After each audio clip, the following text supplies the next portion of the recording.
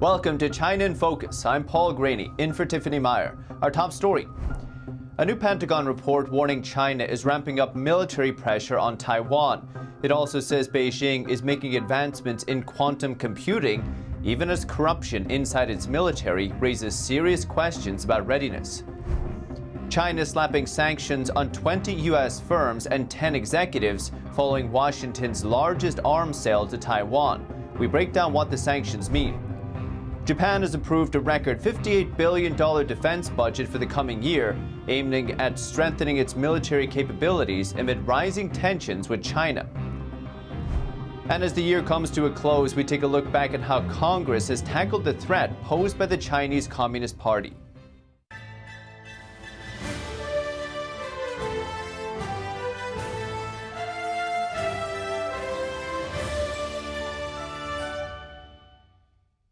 The Pentagon says China is preparing to take Taiwan by 2027. A new 100-page report details how Beijing is beefing up its forces, strengthening military capabilities away from the mainland, and investing in nuclear capabilities. It says China's buildup is changing the balance of power in the Indo-Pacific. The Pentagon says it's likely the Chinese regime recently loaded more than 100 nuclear-capable missiles into launch silos in northern China. These are ballistic missiles capable of reaching the United States. The Pentagon calls it part of a massive, long-term nuclear expansion. China reportedly has more than 600 nuclear warheads and wants 400 more by 2030. The U.S. has far more, over 5,100. Taiwan makes up a big part of the Pentagon's new report. That is, Beijing's preparations to invade the island. In 2024, China simulated landing operations, long-range strikes, and even a maritime blockade. Beijing is also stepping up military pressure on the island. Incursions into Taiwan's air defense are up over 60%, and Chinese warships are operating more frequently in the Taiwan Strait. Meanwhile, China's Navy continues to grow. It just completed sea trials of its third aircraft carrier, the Fujian. It uses advanced launch technology just like U.S. carriers. China aims to launch 6 more aircraft carriers by 2035, bringing its total to 9. By comparison, U.S. law requires the Navy to maintain 11 carriers at all times. The Pentagon's report warns that China's military is betting on quantum computing. Analysts say a breakthrough here would give Beijing a big advantage on the battlefield, a capability that could rival the effectiveness of aircraft carriers or fighter jets. The report also highlights how China is trying to recruit foreign scientists to gain an advantage in artificial intelligence and other technologies that could be used in war. However, it notes several weaknesses in the regime's military, for example, poor quality equipment and corruption. The Pentagon says corruption-related investigations have led to the removal of dozens of generals. And the Chinese regime slapping sanctions on 20 American defense firms and 10 company executives. The move comes after Washington approved an $11 billion arms sale to Taiwan. Now, targets on China's blacklist include Boeing's St. Louis branch, Northrop Grumman, and the founder of Anduril Industries. Now, under the sanctions, these firms or individuals would have their assets in China frozen and be barred from doing business with Chinese companies. The executives on the blacklist are also banned from entering China. And Japan's cabinet on Friday approving a record defense budget plan for the coming fiscal year. The $58 billion budget aims to boost defense capabilities as tensions with China increase. Japanese Prime Minister Sanae Takaichi said in November that her country's military could get involved if China were to take action against Taiwan. The spending increase marks the 4th year in Japan's 5-year program to double defense spending to 2% of GDP. Under US pressure, Japan's pledge to reach the 2% mark will arrive 2 years earlier than planned. Japan also plans to revise its security and defense policy by December 2026 to further strengthen its military. The current strategy names China as the country's biggest strategic challenge. It also calls for a more offensive role for Japan's self-defense force under its security alliance with the US. And as we enter the end of the year, let's take a look back at one of the most vital subjects that Congress is working to address, the threat of the Chinese Communist Party. NTD's Washington correspondent Jack Bradley has more on the moves Congress has made to stand up to the CCP over the past year. The Chinese Communist Party presents the greatest threat to American values and American national security in our lifetime. Congress has taken some strides this year to crack down on the Chinese Communist Party, and it's one of the few issues that we see bipartisanship in the legislature. In the most recent case, Congress's new $900 billion defense budget legislation prohibits the Pentagon from purchasing equipment from blacklisted Chinese biotech companies. Well, there's a lot of things that the American government is using that they probably should not be using. It varies from everything from Chinese-made routers to drones. Hundreds of, maybe even thousands of apps that directly say that they're sending American data from your phone over to mainland China. The Pentagon's budget also ramps up defense in the Pacific region to deter CCP aggression towards Taiwan. Xi has ordered the People's Liberation Army to be ready to take Taiwan by force by 2027. That's as the CCP is conducting the largest military buildup since World War II. And earlier this month, President Trump signed the Taiwan Assurance Implementation Act, requiring the State Department to update its guidelines for U.S. engagements with Taiwan at least every 5 years. And it's designed to deepen the relationship between the two countries in the absence of formal diplomatic relations. And earlier this year, members of Congress were calling out this hot mic moment between CCP leader Xi Jinping and Russia's President Vladimir Putin, where Xi says that one can live to 150 years old through continuous organ transplants. And that's while the CCP is engaged in forced organ harvesting.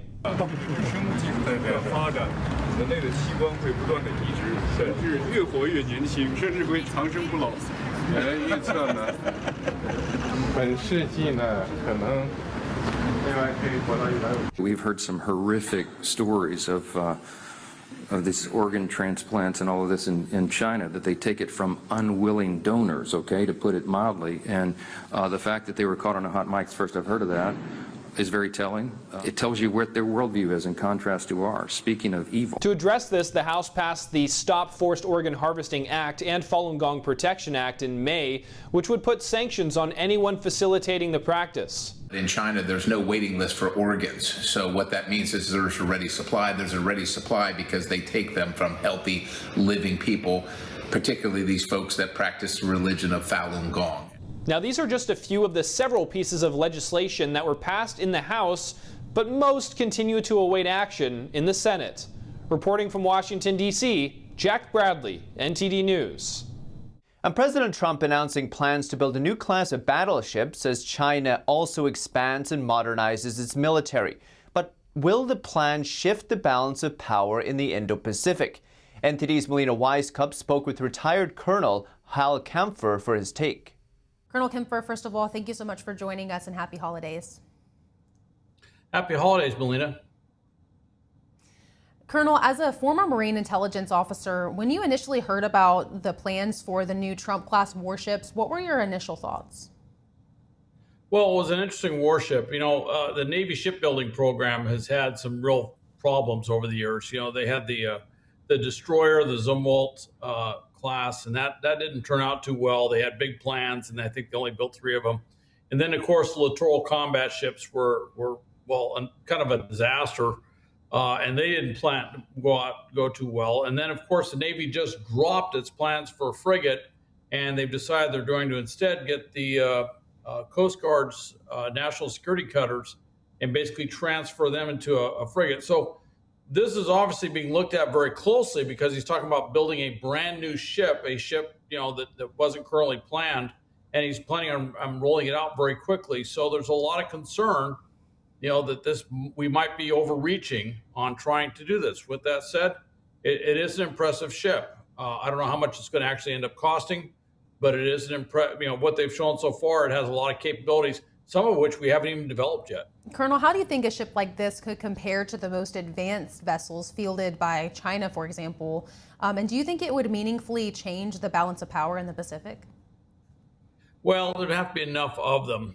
China has a number of vessels. I'm a little skeptical of some of the capabilities. The Chinese always advertise that these ships can do amazing things, and I always find their rhetoric is much higher than their capabilities are. But But with that said, this is a very powerful, what's being advertised is coming out would be very powerful, but it's not coming out right away. China is getting ready to be able to launch what they say they're going to be able to launch, an amphibious invasion of Taiwan by as early as 2027. There's no way that this vessel's, even the first one, the USS Defiant, is going to be out by 2027 on the high seas. So they're saying maybe they'll have some out by 2030. There's 2 initially ordered. They say possibly 10 as a follow-on order. And then the thought is somewhere in the 2030s, we may have to get to 20 or 25 of these vessels.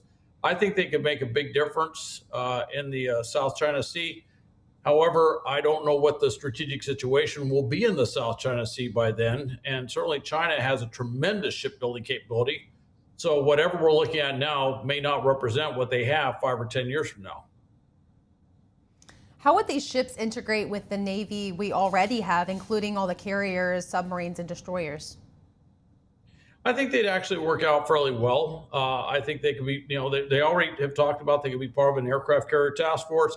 They could be a standalone ship. And I think with the use of drones, variety of different types of drones, loitering munitions, and other things that are out there on the modern maritime battlefield or battle space, that the idea that we have to rely on an aircraft carrier that launches only manned aircraft, well, those days are kind of, they're not coming to an end, but they're definitely changing dramatically.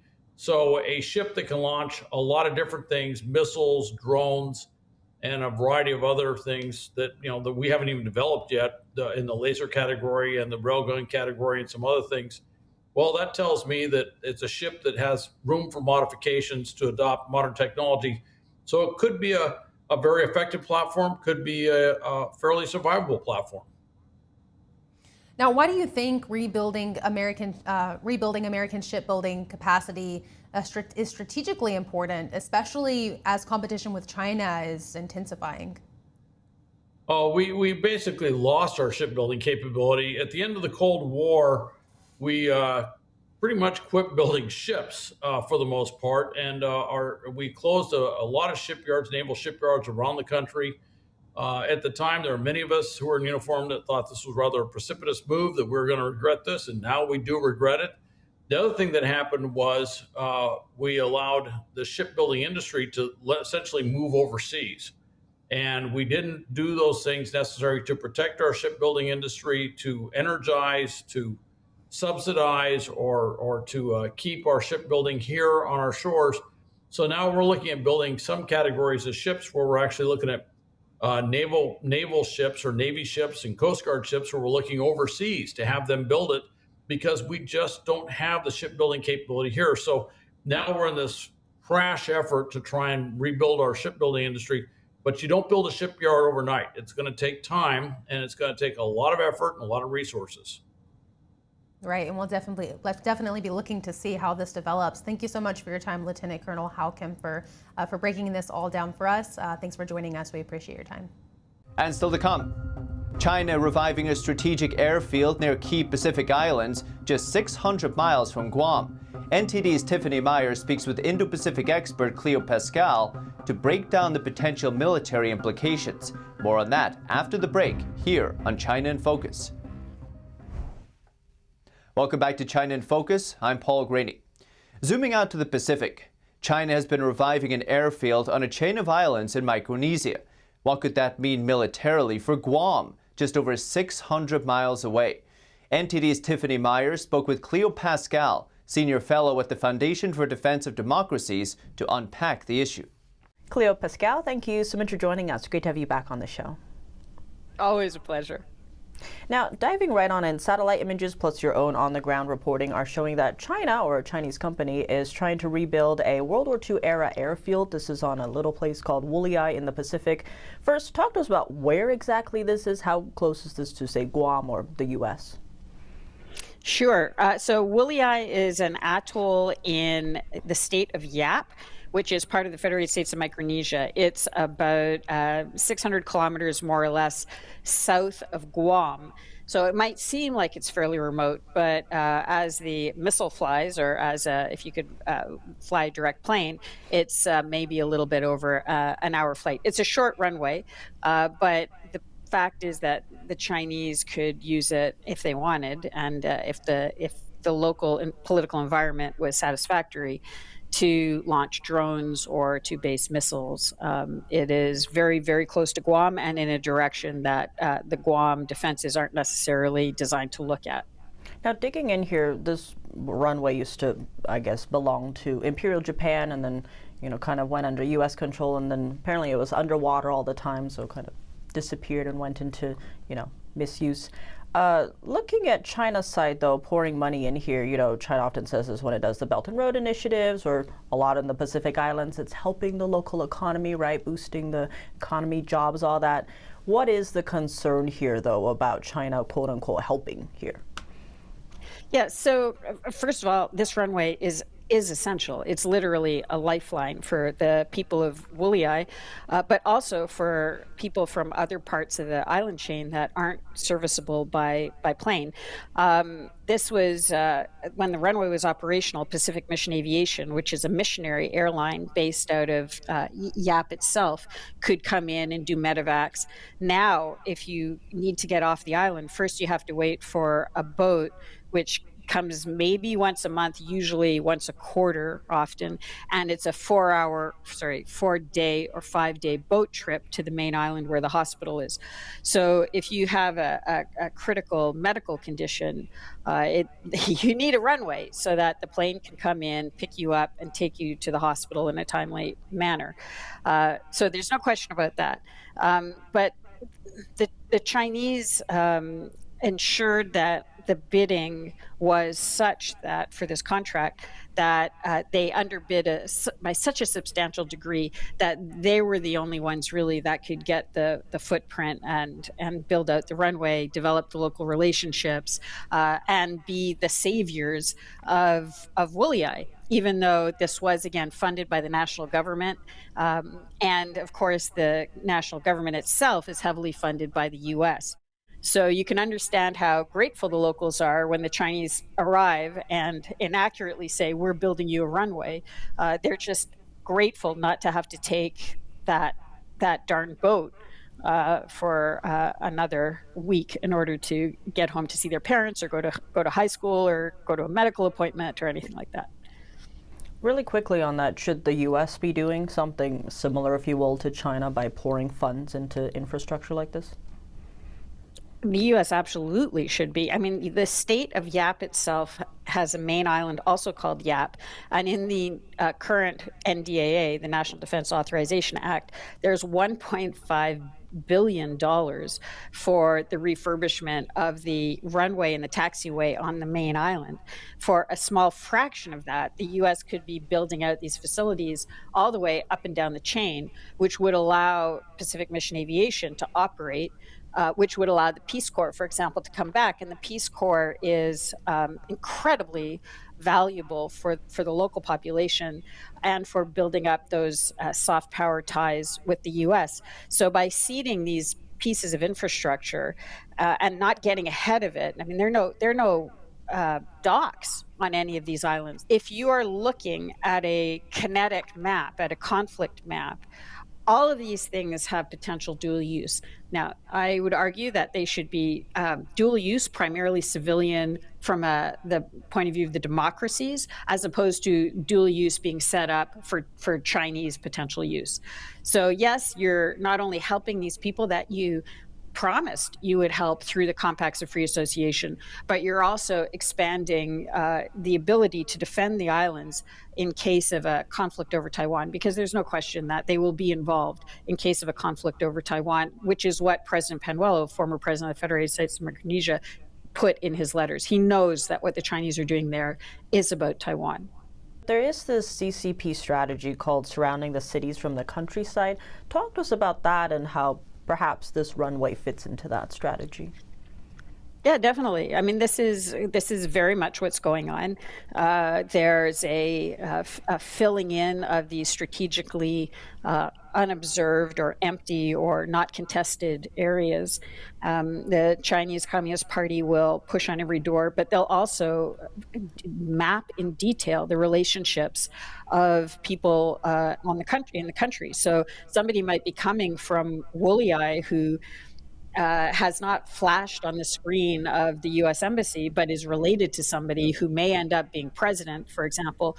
And the Chinese have detailed relationship mapping of who's important and who they're related to, and it's generational. You know, they'll invite people to China, learn all about them. I mean, we saw this with the president of Nauru, another small country, where they discovered that he had a Chinese great-great-grandmother, brought him out to, or great-great, whatever it was, a woman ancestor from China, and brought him out to China to meet these discovered relatives of his in China.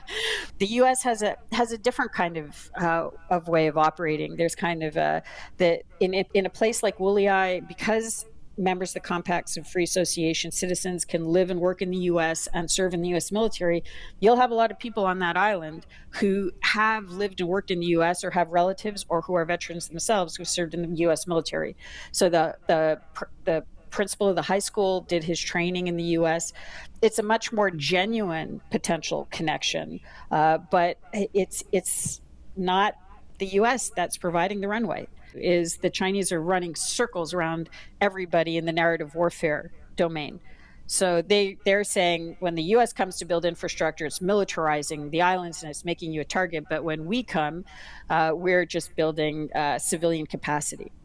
No, and there's nobody to counter it. Cleo Pascal, as always, thank you so much for joining us. A pleasure. Thanks again.